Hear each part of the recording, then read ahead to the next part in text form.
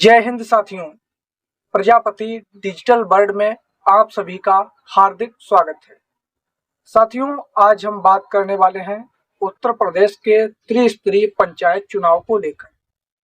उत्तर प्रदेश के त्रिस्तरीय पंचायत चुनाव में जो भी दावेदार इस बार चुनाव लड़ना चाहते हैं, चाहे वो बीडीसी का चुनाव लड़ना चाहते हों, जिला पंचायत सदस्य का चुनाव लड़ना चाहते हों या फिर ग्राम प्रधानी का चुनाव लड़ना चाहते हों, सभी के लिए यह वीडियो काफी खास एवं महत्वपूर्ण होने वाला है। आज के इस वीडियो में हम चर्चा करने वाले हैं नामांकन पत्र के लिए कुछ आवश्यक जरूरी दस्तावेजों के बारे में। कुछ जरूरी कागजात जो लगते हैं वो आपको जानना बहुत ही जरूरी है। साथ ही साथ आरक्षण प्रक्रिया पर भी काफी बड़ा इस बार बदलाव हो रहा है, आप सभी को जानना बहुत ही जरूरी है। चैनल पर नए हैं तो कृपया चैनल को सब्सक्राइब कर लें, वीडियो को लाइक कर दें। बिना किसी देरी के वीडियो को शुरू करते हैं। साथियों, उत्तर प्रदेश में 2026 में पंचायत के चुनाव होने हैं।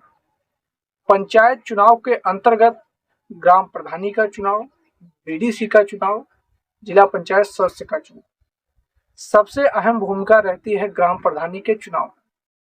ग्राम प्रधानी का जो चुनाव है एक जमीनी स्तर से जुड़ा हुआ है, जिसमें सबसे ज्यादा पैसा आता है, सबसे ज्यादा प्रधान लोग घोटाला करते हैं, सबसे ज्यादा करप्शन करते हैं।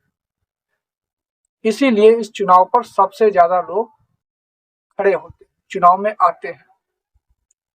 फिलहाल बात अलग की है, जो अपने टॉपिक की बात है उस पर करते हैं।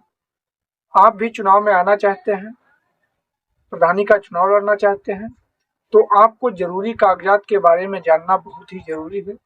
एक सूची आ चुकी है, उसके कुछ हमने इम्पोर्टेंट टॉपिक अपनी नोटबुक पर लिख रखे हैं, जो कि इस प्रकार से हैं, आपको दिखाने का प्रयास कर रहे हैं।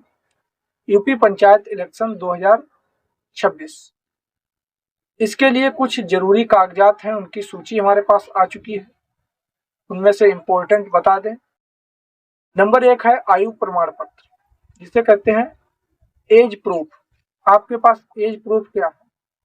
जब आप नामांकन करने जाएंगे तो आपसे आयु प्रमाण पत्र मांगा जाएगा, चाहे प्रधानी का इलेक्शन हो, बीडीसी का हो, जिला पंचायत सदस्य का हो, किसी भी। आपकी जो आयु है, एनिवर्सरी के दिन आपकी आयु कम से कम 21 वर्ष होनी चाहिए, जिस दिन आप पर्चा भरें। प्रस्तावक का मतदाता प्रमाण पत्र होना चाहिए। जमानत राशि जमा रसीद होनी चाहिए। जाति प्रमाण पत्र होना चाहिए।